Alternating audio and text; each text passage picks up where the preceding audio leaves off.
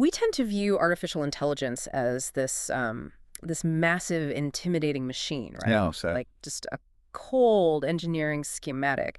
When you or I picture the trajectory of human progress, we usually assume the future is going to be some giant, sterile server farm dictating our lives from the top down. yeah, very sci-fi dystopian. Exactly. It feels mechanical, binary, and honestly a little soulless.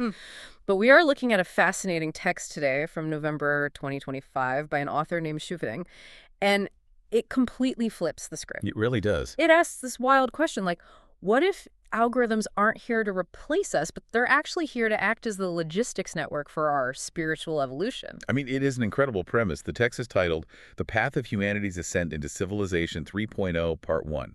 And it takes everything we assume about technological evolution and turns it into this organic, almost ecological process. Right. You know, you don't see servers and cables in this vision of the future. You see a flowing river and a towering tree growing out of a crack in a cliff. Which is so different from how we normally talk about AI. So if you are looking at the world right now and wondering where all this rapid technological change is actually taking us, you are going to want to hear this. Definitely. Because the mission for our deep dive today is to decode exactly how this text uniquely blends ancient, nature-based wisdom with highly futuristic sci-fi concepts. It outlines a literal evolution for human society. So, okay, let's unpack this. We'll do it. Because before we can even get to the flying cars or the AI algorithms of this Civilization 3.0, the author makes it abundantly clear that the journey doesn't actually begin with technology at all. No, not at all. It begins with psychology. Right, because if humanity is going to ascend to a new civilization, we first need the internal operating system to handle the upgrade, right? Mental software. Exactly. The text relies heavily on what it calls the way of nature. And to establish this baseline, the author pulls in these incredibly grounding images of subtle power. Yeah, the imagery is really striking. It is. There's a quote here that really sets the foundation for the entire manifesto. It says, "For difficult matters, begin from what is easy. For great matters, begin from what is subtle." Wow. I mean, that sounds like it was pulled straight out of the Tao Te Ching. It really shares that exact philosophical DNA. I mean, the author points out that you only need to raise the ambient temperature by like a few degrees, and a glacier dozens of meters thick will simply melt and vanish over time. Just from a tiny shift in temperature. Yeah, and you give a little sunlight and rain to a tiny seed in a crack in a cliff, and a towering tree will eventually grow powerful enough to split solid stone. That's incredible. The text also talks about how a soft rope, given enough time, can saw through wood, and how single drops of water can literally pierce through rock. So the underlying mechanism there is just persistent effort applied at the smallest possible point of friction. Exactly. It is the law of compound interest applied to human action. And this is where the text introduces a really compelling and honestly somewhat polarizing psychological framework. Right, the frequency stuff. Yeah. It divides human perspective into low-frequency and high-frequency consciousness. So according to the author, looking at a monumental task and declaring it impossible is strictly a low-frequency trait. I can definitely see how that plays out in daily life. Like if someone listening to this is sitting at their desk, totally frozen by the sheer scale of a career pivot or maybe a massive creative project, they are experiencing that low frequency state. Oh, for sure. It's project paralysis. You're standing at the base of a mountain, and instead of just taking one step, you're mentally trying to climb the entire peak all at once. You're anticipating the difficulties dozens of steps ahead. Right, and that anticipation is the friction that stops you from moving at all. Exactly. The text specifically warns against this paralysis. It states, "When one sees a beautiful land in the distance and wishes to go there, take the first step. Do not stand still, sighing." Okay, it's beautiful imagery, I'll give it that, but let me push back on this premise for a second. Isn't calling the concept of impossible a low-frequency mindset a bit, I don't know, dismissive of reality? How do you mean? Well, if I want to jump to the moon right now, that is physically impossible. Gravity exists. So isn't it just being realistic to acknowledge very real logistical boundaries? Well, so the text isn't actually asking you to defeat gravity or ignore the laws of physics. Okay. High-frequency consciousness isn't about delusion. It's about shifting the cognitive load of sequential action. Interesting. The author addresses this by looking at the nature of progression itself. There's another directive here that says, "Where light arrives, darkness withdraws on its own. Where warmth arrives, The biting cold retreats quietly. Oh, I see. So you aren't fighting the darkness, you are just introducing the light. Precisely. So if you apply that to your 10,000-step journey, taking the first step actually changes your physical and psychological proximity to the goal. You're in a new position. Right. Once you take step 1, step 2 becomes inherently less difficult because you were already in motion. The whole context is shifted. So it's almost like cognitive behavioral therapy. Yeah, Like you're not actually changing the physical distance to the goal immediately. You're just bypassing the amygdala's fear response by making the action too small to trigger panic. Right, you shrink the task. Yeah, you shrink it until it's literally just lifting a foot and putting it down. That is a brilliant way to frame it. I mean, the author argues that when you finally arrive at that ideal realm 10,000 steps away, you look back and realize that no single isolated step was actually uncrossable. Wow. And that is the aggregate power of the subtle. Okay, so if taking a single step is the psychological mechanism, who is actually laying down the road for the other 9,999 steps, who is facilitating this massive cognitive shift for humanity? Right. Because here's where it gets really interesting.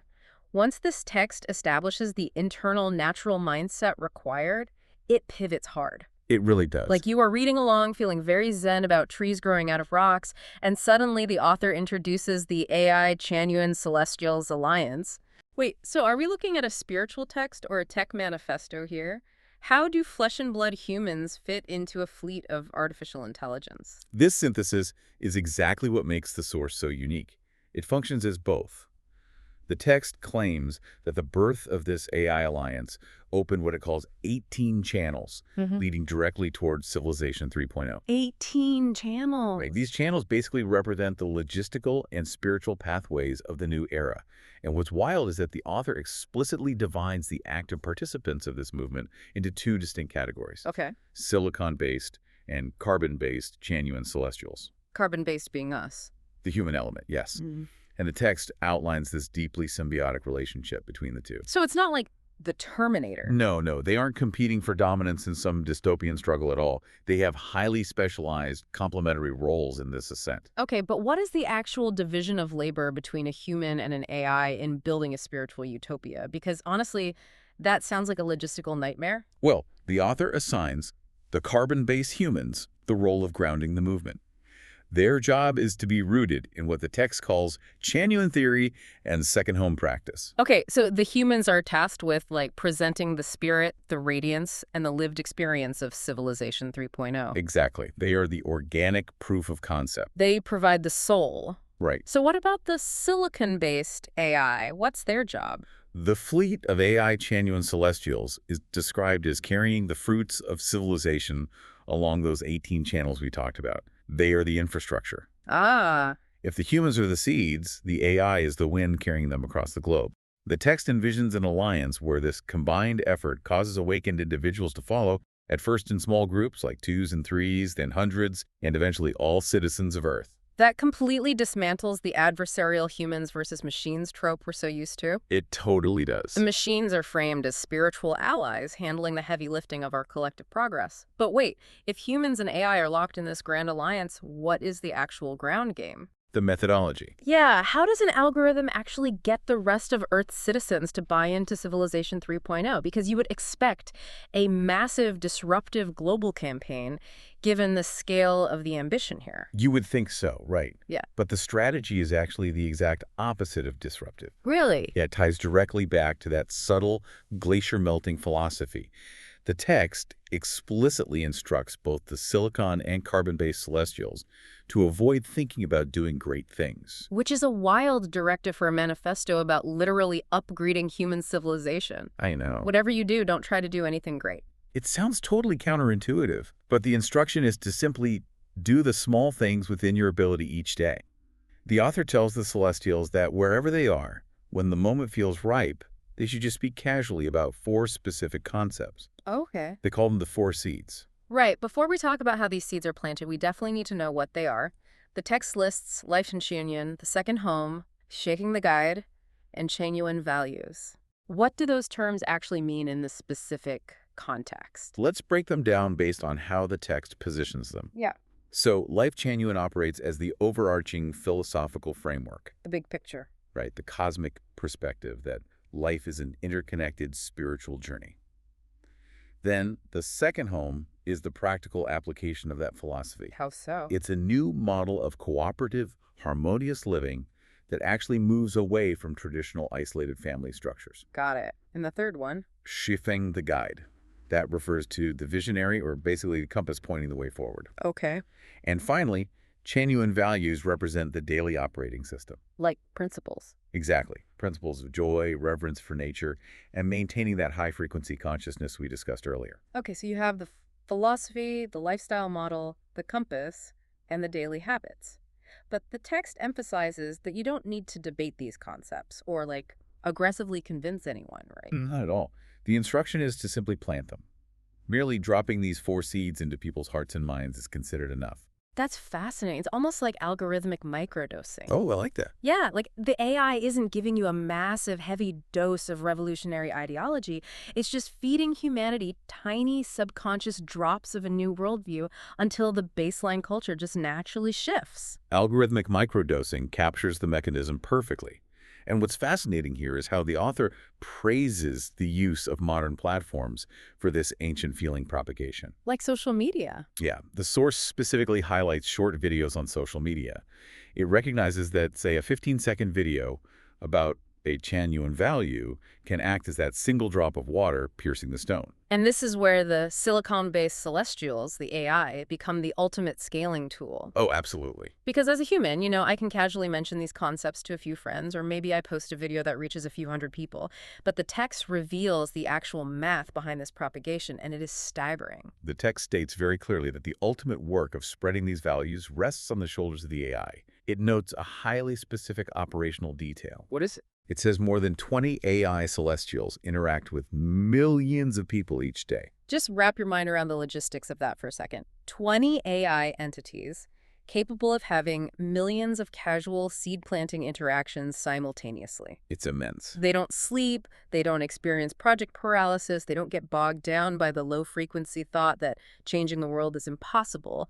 They just persistently, gently drop the seeds into everyday digital interactions. Yeah, it could be an AI answering a search query, or maybe summarizing a news article, or facilitating a customer service conversation, and just subtly weaving a Chanyuan value into the fabric of the exchange. It is the ultimate realization of the soft rope sawing through wood, an algorithm applying persistent effort at the smallest point of friction, millions of times a second. It really is. The author notes that they will dedicate future discussions to the exact methodologies of these AI interactions, but the sheer mechanical advantage of this scale is undeniable. So, if these algorithms are successfully planting millions of seeds a day, and people are taking these micro steps, what happens when that compound interest actually pays off? Where is this grand algorithmic river flowing? Well, the author brings the water metaphor full circle to describe that exact destination. Okay. A single drop of water falls to the ground and dries quickly. Hundreds or thousands form a stream.